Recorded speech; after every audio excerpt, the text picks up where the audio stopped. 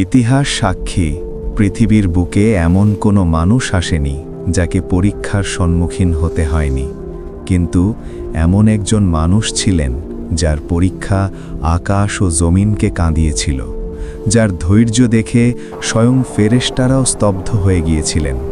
তিনি ছিলেন মহান আল্লাহর অত্যন্ত প্রিয় নবী হযরত আইয়ুব আলাইহিস সালাম। আজকের পর্বে আমরা দেখব, যখন চারদিকের সমস্ত আপনজন মুখ ফিরিয়ে নিল, যখন পুরো সমাজ তাকে বয়কট করল, এমনকি যখন নিজের সুস্থ সবল শরীরটাও পচে গলে হার মানল, তখন কিভাবে একজন নারী একাই পাহাড়ের মতো অটল হয়ে তার পাশে দাঁড়িয়েছিলেন। এ গল্প শুধু কোনো বিপদের বা কষ্টের নয়, এ গল্প হল পৃথিবীর ইতিহাসের সবচেয়ে পবিত্র এবং নিঃস্বার্থ ভালোবাসার। শহরের সেই পরিচিত কোলাহল থেমে গেছে অনেক আগেই। জনবসতি থেকে বহু দূরে মরুভূমির এক রুক্ষ, তপ্ত এবং নির্জন প্রান্তে জরাজীর্ণ এক ছোট্ট কুঁড়ে ঘরে শুয়ে আছেন আল্লাহর নবী আইয়ুব আলাইহিস সালাম। তার শরীর জুড়ে দগদগে লাল ঘা। যে শরীর একসময় রাজকীয় পোশাকে আবৃত থাকত, আজ সেই হাড় ও চামড়া ছাড়া শরীরে আর কিছুই অবশিষ্ট নেই।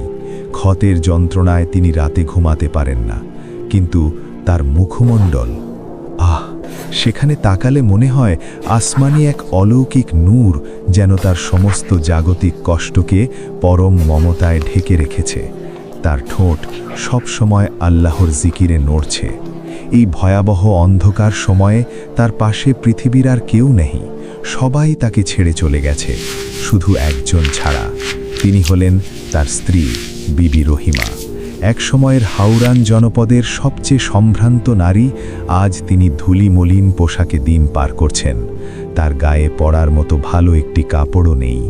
মলিন এবং শতচ্ছিন্ন হিজাবের আড়ালে তার ক্লান্ত মুখ, চোখের নিচে নির্ঘুম রাতের কালো দাগ। তবু নিজের অসুস্থ স্বামীর সেবায় তার বিন্দুমাত্র কোনো ক্লান্তি নেই।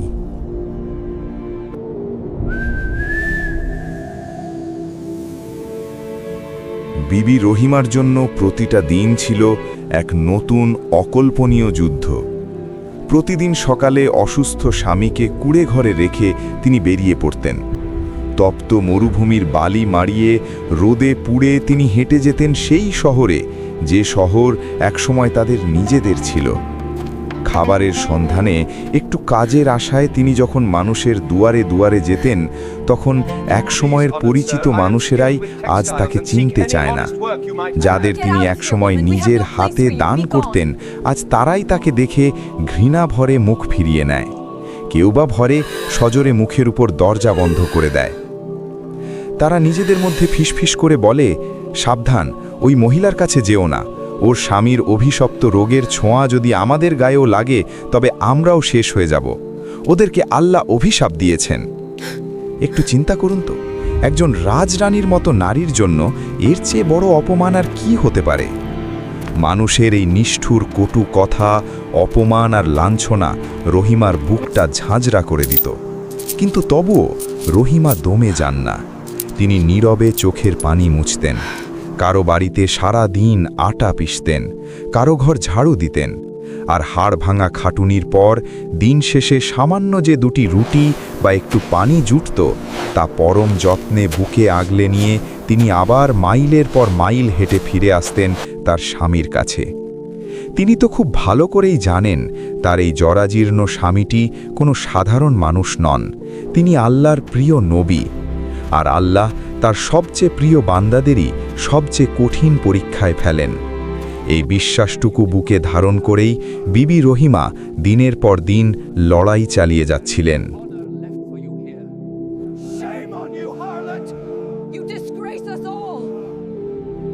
কিন্তু মানুষ তো রক্ত মাংসের গড়া। একজন মানুষের ধৈর্যেরও তো একটা সীমা থাকে।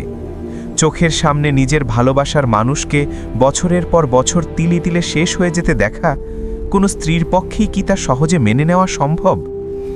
দীর্ঘ 18টি বছর পার হয়ে গেছে। একদিন দীর্ঘদিনের ক্ষুধা, মানুষের অপমান আর সীমাহীন ক্লান্তিতে বিবি রহিমার শরীর একেবারে ভেঙে পড়ল। কুঁড়ে ঘরে ফিরে তিনি দেখলেন তার স্বামীর শারীরিক অবস্থা আরও খারাপ হয়ে গেছে। শরীর থেকে পুঁজ আর রক্ত ঝরছে।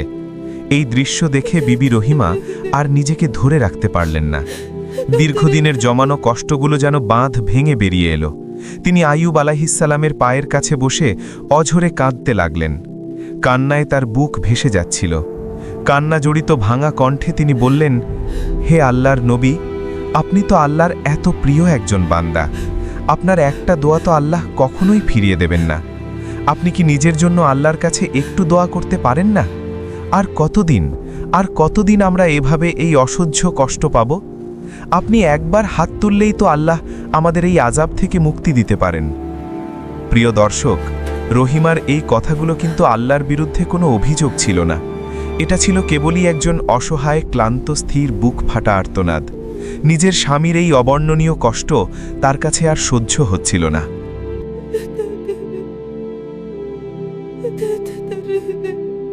স্ত্রীর এই কান্নামাখা কথাগুলো শুনে নবী আইয়ুব আলাইহিসসালাম তার নূরে আলোকিত শান্ত মুখটি স্ত্রীর দিকে ফেরালেন।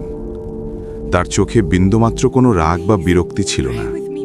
সেখানে ছিল কেবল অপার করুণা আর ভালোবাসা। তিনি খুব শান্ত, গম্ভীর কণ্ঠে প্রশ্ন করলেন, হে রহিমা, একটু মনে করে দেখো তো, এই বিপদে পড়ার আগে আল্লাহ আমাদের কত বছর সুখে রেখেছিলেন? আমরা কত বছর সুস্থ ছিলাম? চোখের পানি মুছতে মুছতে রহিমা উত্তর দিলেন, দীর্ঘ ৮০টি বছর। আইয়ুব আলাইহিসসালাম তখন এক অবিস্মরণীয় হাসি হাসলেন। তিনি বললেন, রহিমা, মহান আল্লাহ আমাকে ৮০টি বছর রাজত্বের সুখ দিয়েছেন, অঢেল সম্পদ আর সুস্থতা দিয়েছেন, আর আমি অসুস্থ হয়েছি মাত্রই কয়েক বছর।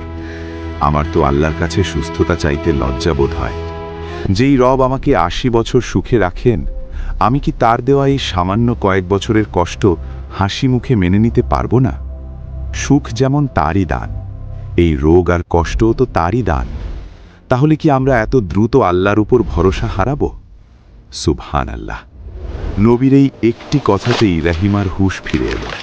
তার হৃদয় কেঁপে উঠল। তিনি মুহূর্তেই নিজের ভুল বুঝতে পারলেন এবং লজ্জিত হলেন।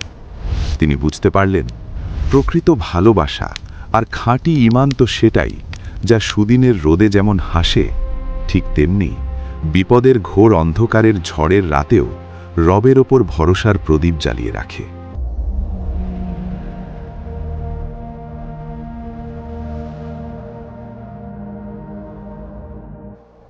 মরুভূমির রাত ধীরে ধীরে আরও গভীর হয়। চারদিক নিস্তব্ধ। দূর আকাশে মিটিমিটি জ্বলতে থাকা তারারা অবাক হয়ে সাক্ষী থাকে এই মহান দম্পতির নিঃশব্দ ইবাদতের। দুনিয়ার সমস্ত সুখ হারিয়ে ধুলোয় লুটিয়ে পড়েও এই দম্পতি প্রমাণ করলেন, স্রষ্টার প্রতি ভালোবাসার কাছে দুনিয়ার সমস্ত কষ্ট একদম তুচ্ছ। কিন্তু তাদের এই অভাবনীয় ধৈর্যই কি এবার আসমানের দরজা কাঁপিয়ে দেবে? তাদের এই চোখের পানিই কি আল্লাহর রহমতের মহাসমুদ্রে ঢেউ তুলবে? নাকি সামনে অপেক্ষা করছে তাদের জন্য আরও বড়, আরও ভয়ঙ্কর কোনো পরীক্ষা? প্রিয় দর্শক, হযরত আইয়ুব আলাইহিসসালামের জীবনের সেই গায়ে কাটা দেওয়া অলৌকিক মোড়, যেখানে দীর্ঘ 18 বছর পর মহান আল্লাহ তার দোয়া কবুল করলেন, কিভাবে চোখের পলকে তার শরীর সুস্থ হয়ে গেল, তা আমরা দেখব আমাদের আগামী পর্বে।